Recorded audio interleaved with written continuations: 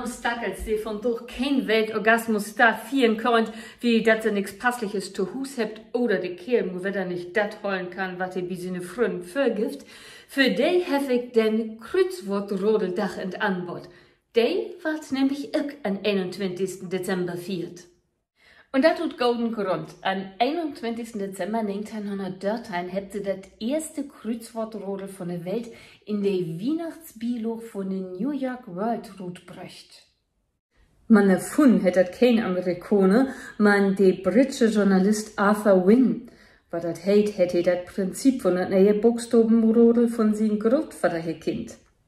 Die hätten das Spiel mal als magisch Quadrat wiest.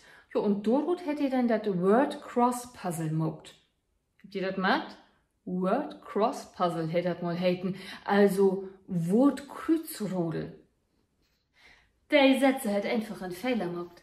Die Lesers werden von das Buchstabenrodel so hin und weg, dass sie kurz noch mehr wollen.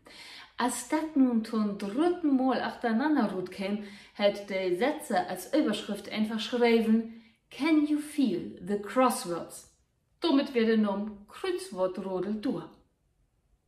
Hätte das Rodel von durch in rechteckige Form, wäre das früher eine Raute. Auch dies, was ein Fälle hat, die Briten erst noch und noch dazu nahmen. Man, der ganz große Erfolg von das Buchstabenrodel kam mit der Kreuzwortrodel-Buch von der Firma Simon Schuster, was 1924 mit 3600 Stück rut kam. Und all ein Jahr lauter hat sie ein Kreuzwortrodel-Buch rutbrecht mit einem Ablauf von 400.000 Stück.